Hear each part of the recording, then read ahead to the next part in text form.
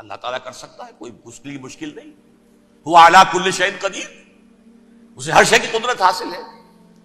لیکن اصل بات جو ہے میں آپ کو بتانا چاہتا ہوں، یہ ہے سائیڈ ایشو. اصل ایشو ہے فلسطین کا جو شروع ہونے والا ہے. بھٹی دہکے گی وہاں.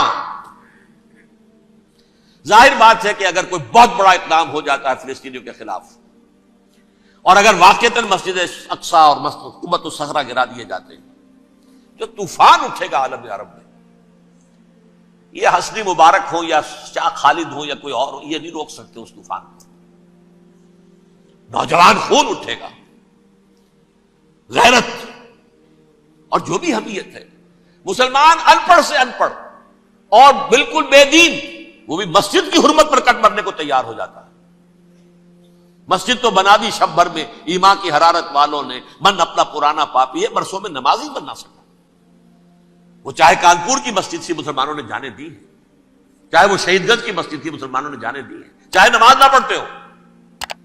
لیکن یہ جو حرمت اور یہ جو حمیت اور یہ غیرت ہے، اس سے جو طوفان اٹھے گا یہ ہوگا اس ملحمۃ العظما، اس کی طرف پیش رفت ہو رہی. کتاب الملاحم سے احادیث کے حوالے سے یہ جن جنگوں کا حوالہ دیا حضور نے، پیشن گوئی کی ہے، اس کا نقطہ آغاز تھا خلیج کی جنگ. صدام حسین نے اسے کہا تھا یہ مدر آف وارز ہے، ام المحارب، یہ ایک جنگ نہیں ہے. اس کا نقشہ بھی حدیث میں موجود ہے، پیشن گوئی موجود تھی، اس وقت بھی ہم نے شائع کی تھی. لیکن اس میں جو جنگ اب ہونے والی وہ الملحمۃ العظما. ملحمہ کسے کہتے ہیں؟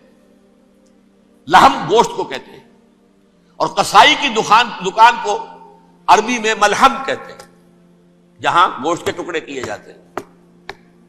آج کل مشینوں سے ہوتے ہیں، اب جو ہے وہ ہاتھ سے چھریوں سے نہیں ہوتے، لیکن ٹکڑے ہو رہے ہوتے ہیں، جسموں کے چیتھڑے اڑ رہے ہوتے ہیں. ملحمہ، یہی لفظ استعمال کیا تھا حضرت سعد ابن عبادہ نے رضی اللہ تعالی عنہ یوم فتح مکہ. ان کے دل میں تھا کہ اب ہم انتقام لیں گے ان عربوں سے، ان قریش سے.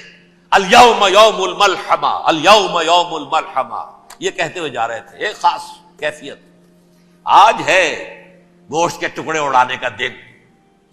حضور سے کہا کسی دن جا کر کے سعد تو یہ کہہ رہے ہیں الیوم یوم الملحمہ، الیوم یوم الملحمہ. حضور نے فرمایا نہیں، ان سے کہو جا کر الیوم یوم المرحمہ، الیوم یوم المرحمہ، آج رحمت کا دن ہے، آج تو میں ان سب کو معاف کروں گا. لا تثریب علیکم اليوم، میں تم سے وہی بات کہہ رہا ہوں جو میرے بھائی یوسف نے کہی تھی اپنے بھائیوں سے. اذهبوا فانتم الطلقاء، جاؤ تم سب کے سب آزاد. وہ ملحمہ ہے جس کو کہ حضور نے حضرت معاذ بن جبل رضی اللہ تعالیٰ عنہ کی روایت ہے، اس میں سے جو ابو داؤد میں روایت آئی ہے اس میں الملحمۃ العظما، عظما مؤنث ہے اعظم کا. آپ کہتے ہیں جنگ عظیم اول، جنگ عظیم دوم.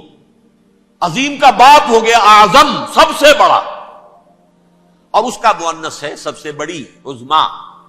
الملحمۃ العظما، سب سے بڑی لڑائی. میرے نزدیک یہ وار کے معنی میں نہیں ہے، بیٹل کے معنی میں.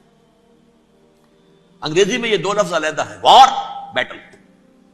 وار سالوں کو محیط ہوتی ہے، بیٹل کسی ایک خاص جگہ پر جو لڑائی ہوتی ہے اس کو کہتے ہیں. حضور کے اور قریش کے درمیان 6 سالہ وار تھی، جنگ تھی. لیکن battles, battle of Uhud, battle of Badr, یہ بیٹلز تھی، لڑائیاں تھی.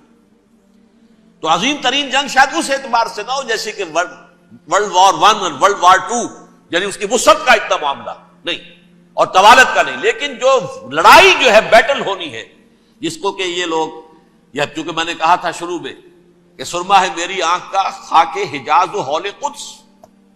نیو ٹیسٹمنٹ کی آخری کتاب ہے the book of revelation, revelation of saint John. اس میں آرمگڈون کہا گیا ہے اسے. ہر مجدون، یہ عبرانی لفظ ہے. ہر کہتے ہیں اونچی جگہ کو، سطح مرتفع. مجدون میگیڈو، میگیڈو ایک وادی ہے، مرتفع، وادی مرتفع. یہ ہے واقع لبنان، اسرائیل اور شام کے درمیان جو ٹکڑا، جو ٹرائنگل بنتی ہے، یہ ہے. یہاں پر بڑی جنگ لڑی جائے گی، اور یہ جنگ صلیب ہوگی جو کہا ہے بش نے، یہ جنگ صلیب. سیکنڈ ملینیم شروع ہوئی تھی تو پہلی صلیبی جنگ ہوئی تھی. 3rd ملینیم شروع ہوا ہے، یہ سیکنڈ صلیبی جنگ ہے، یہ کروسیڈ ہے. اور میں اس مرتبہ امریکہ گیا تھا تو پہلی مرتبہ مجھے وہاں ایک رسالہ ملا ٹرمپٹ نام کا.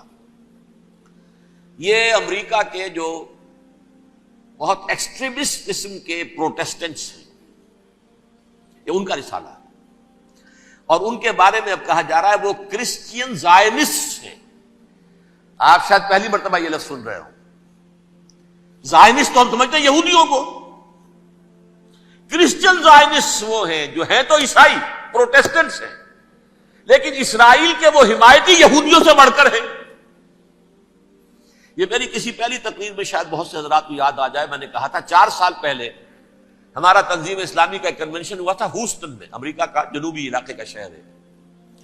ایک سیشن اس میں ہم نے رکھا تھا انٹرفیتھ، ایک عیسائی کو بلایا تھا، ایک یہودی بہت بڑا وہاں کا عالم ہے اس کو بلایا تھا.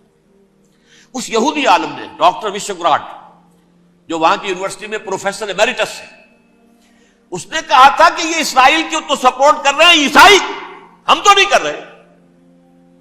جو پریکٹسنگ یہودی ہیں وہ زیادہ اسرائیل کے حق میں نہیں تھے، یہ تو سن 67 کے بعد انہوں نے اسرائیل کو تسلیم کیا ہے.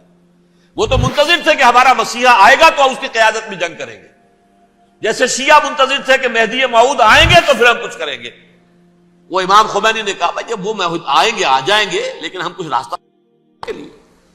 زائنسٹ نے آگے بڑھ کر ریاست قائم کر لی، اور جب یروشلم پر بھی پورا قبضہ کر لیا تب جو ہے در حقیقت مذہبی یہودی جو ہے پھر انہوں نے اپنایا ہے، اون کیا ہے، اور نئے سیٹلمنٹس جو بھی بنے ہیں وہاں پر اسرائیل میں، اس میں اکثر و بیشتر مذہبی یہودی آیا، اور بروکلن کے علاقے سے سب سے بڑھ کر آئے ہیں، جو امریکہ میں نیو یارک کا ایک جنوبی علاقہ ہے، بہت بڑا یہودیوں کا بہت بڑا گڑھ ہے.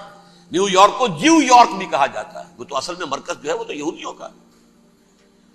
اس حوالے سے وہاں پر جو کرسچن زائنسٹ کہلاتے ہیں وہ اسرائیل کے یہودیوں سے بھی بڑھ کر کہیں سپورٹر ہیں.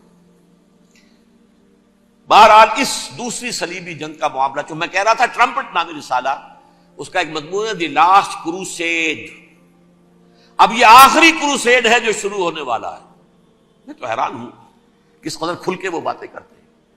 رومن کیتھولکس کو وہ کہتے ہیں یہ شیطان ہے، یہ پوپ شیطان ہے، یہ یورپ کو اس نے جمع کیا ہے کرسچینٹی کی بنیاد پر، اور اس میں زیادہ تر کیتھولکس ہیں. آپ کو معلوم ہے برطانیہ بڑی مشکل سے شامل ہوا ان کے ساتھ، اس لیے کہ وہ پروٹیسٹنٹ کا سردار تھا، ابھی پوری طرح نہیں ہے.